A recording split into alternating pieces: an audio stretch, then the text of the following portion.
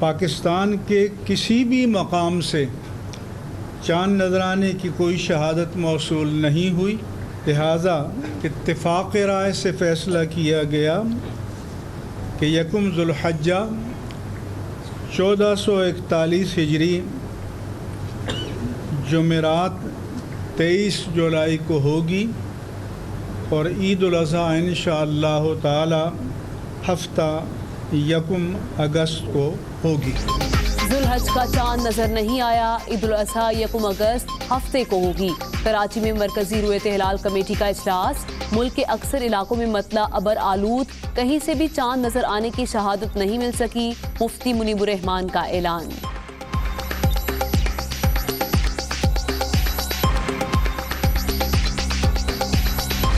جو scientific calculation ہے اس کے مطابق کل رات کو 10:33 کے اوپر چاند کی جو برتھ ہے وہ ہو چکی ہے۔ یہ بحث کریں کہ نہیں چونکہ ہمیں بادل ہیں اور چاند نظر نہیں آیا تو اس لیے ہم عید نہیں کریں گے، اور کل جو ہے وہ چاند کی 1 تاریخ ہوگی جب ہمیں نظر آئے گا، تو یہ تو پھر آپ کی مرضی ہے۔ ادروائز اگر آپ نے ٹیکنالوجی استعمال کرنی ہے تو رویت ایپ کے اوپر جائیے اور آپ دیکھ لیجئے کہ چاند جو ہے وہ اس وقت کہاں کے اوپر ہے۔ اگر آپ بادلوں کے پیچھے دیکھنا چاہیں تو اس سے پہلے تو نماز بھی جو ہم جو ہے وہ تو سورج کو دیکھ کے پڑھتے تھے، آپ گھڑی کو دیکھ کے جو ہے وہ کرتے ہیں۔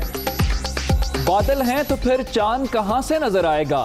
گھڑی دیکھ کر نماز پڑھی جا سکتی ہے تو ٹیکنالوجی سے چاند کیوں نہیں دیکھا جا سکتا؟ سائنسی لحاظ سے رویت ہو چکی ہے فواد چوہدری۔ فواد چوہدری کا موقف درست، رؤیت ہلال کمیٹی نے بھی کبھی ٹیکنالوجی سے اختلاف نہیں کیا۔ چاند کی رویت میں اسپیس ٹیکنالوجی کو بہت زیادہ اہمیت ہے۔ چیئرمین اسلامی نظریاتی کونسل قبلہ ایاز کی دنیا نیوز سے گفتگو۔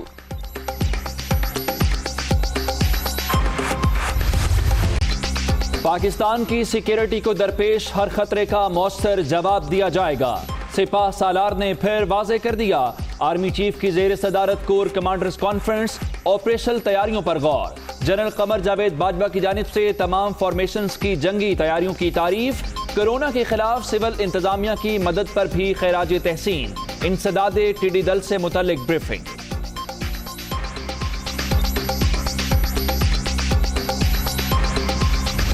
نیب کے کنڈکٹ کے بارے میں جو باتیں لکھی ہیں وہ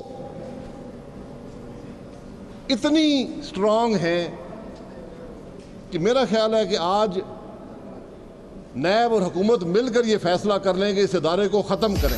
ملک میں احتساب کے نام پر تماشا جاری، نیب ختم کر کے نیا ادارہ بنایا جائے، مسلم لیگ نون کا مطالبہ۔ خواجہ سعد رفیق کیس میں سپریم کورٹ نے حقیقت سامنے رکھ دی، حکومت کو گھر بھیجنے کا وقت آ گیا۔ شاہد خاقان عباسی، خواجہ آصف، احسن اقبال اور دیگر رہنماؤں کی گفتگو۔ ہمیں چور ڈاکو ثابت کرنے کے لیے ایڑی چوٹی کا زور لگایا گیا، خواجہ سعد رفیق کا الزام۔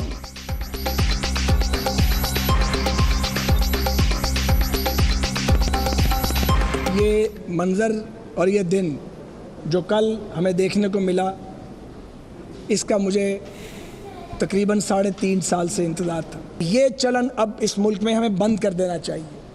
اگر یہ رویہ جاری رہا تو ملک اور قوم کے لیے قربانی دینے والے، سیلف لیسلی سرو کرنے والے گھٹتے چلے جائیں گے۔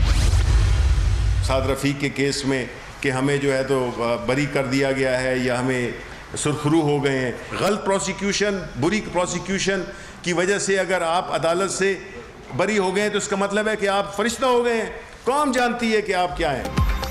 غلط پروسیکیوشن کی وجہ سے اگر آپ بری ہو گئے تو فرشتہ نہیں ہو سکتے۔ عدالت نے دستاویزات دے کر فیصلہ کرنا ہوتا ہے، الزام جج پر نہیں لگایا جا سکتا۔ ان لوگوں کو پتا ہے انہوں نے کیا کیا ہوا ہے۔ شبلی فراز کا رد عمل۔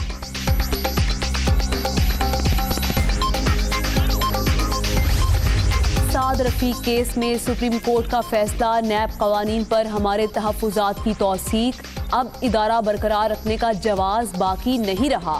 مولانا فضل الرحمان بھی نون لیگی مطالبے کے حامی، ان ہاؤس تبدیلی نہیں، نئے الیکشن کرائے جائیں، جے یو آئی سربراہ کا مطالبہ۔ پیپلز پارٹی کی مجوزہ اے پی سی، جیالوں کے متوالوں کے حوالے سے تحفظات۔ نون لیگ اپوزیشن کو متحد کرنے میں سنجیدہ نہیں ہے، ماضی میں بھی حزب اختلاف کو استعمال کیا گیا۔ پی پی رہنماؤں کے بلاول بھٹو سے ملاقات میں گلے شکوے۔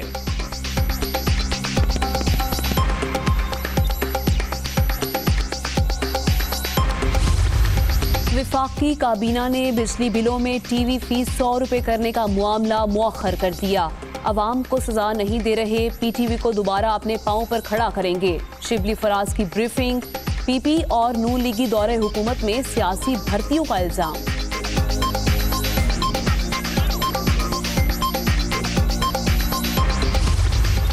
میں ایجنڈے پہ آیا ہوں، پوائنٹ آف آرڈر پہلے آپ نے مانگا، آپ کو دے دوں تو صحیح ہے، کسی اور کو دوں تو نہیں دوں۔ اس طرح نہیں ہوگا، آپ بولتی رہیں جتنا بھی بولنا ہے آپ نے۔ اپوزیشن کو جتنا میں موقع دے رہا ہوں، میرے پاس جو لسٹ آئی ہے اس کے حساب سے دوں گا۔ چیخنے سے رول فالو نہیں ہوتے ہیں۔ بولنے کی اجازت نہ ملنے پر اپوزیشن کا شور شرابہ، قومی اسمبلی میں شازیہ مری اور دیگر کا احتجاج۔ کسی کے کہنے پر مائک نہیں دے سکتا، باری آنے پر موقع ملے گا۔ رولز پڑھ کر آتا ہوں، مجھے سمجھانے کی کوشش نہ کریں۔ ڈپٹی اسپیکر کا جواب، عبد القادر پٹیل کی حکومت پر شدید تنقید۔ اثاثوں میں اگر اربوں روپے آپ کے معاونین خصوصی کے نکلے ہیں تو اس میں ہمارا کوئی قصور نہیں۔ حیرت ہے کہ دنیا کے اتنے سارے ارب پتی لوگ آ کر پاکستان کو نظام چلا رہے تھے، غیر منتخب ارب پتی لوگ، اور ان میں سے چند ایک فرار ہو گئے ہیں اے ٹی ایم، باقیوں نے بھی ٹکٹ ویزے کا بندوبست کر دیا، کووڈ کی وجہ سے رکے ہوئے۔ دستاویزات جمع نہ کرانے پر این ڈی ایم اے پر اظہار برہمی، 3 بار حکم کے باوجود عمل نہیں کیا گیا۔ اٹارنی جنرل صاحب، کیا تماشا چل رہا ہے؟ کیوں نہ چیئرمین این ڈی ایم اے کو توہین عدالت کا نوٹس جاری کر دیں؟ لگتا ہے کہ ادارے کو ہی ختم کرنا پڑے گا۔ صرف زبانی نہیں، دستاویزات سے شفافیت دکھانی پڑے گی۔ کرونا اسکت نوٹس کیس میں چیف جسٹس گلزار احمد کے ریمارکس۔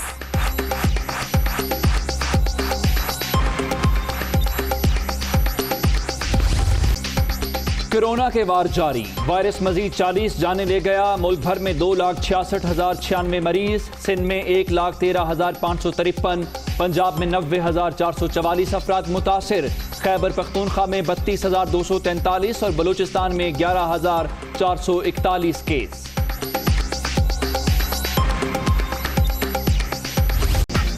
پولیو سے بچاؤ، ملک کا مستقبل محفوظ بناؤ۔ کراچی سمیت ملک کے مختلف شہروں میں انسداد پولیو مہم کا آج تیسرا روز 8 لاکھ سے زائد بچوں کو قطرے پلانے کا ہدف۔ پولیو ورکرز کو کورونا سے نمٹنے کے لیے شعور اجاگر کرنے کی ہدایت۔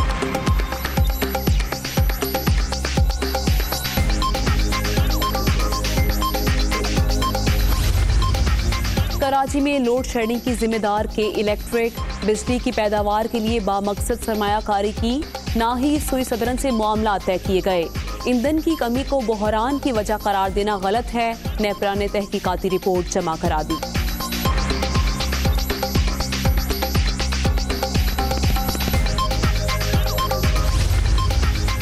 اور سونا مزید 2,250 روپے مہنگا، فی تولہ قیمت 1,13,500 روپے کی ریکارڈ سطح پر پہنچ گئی۔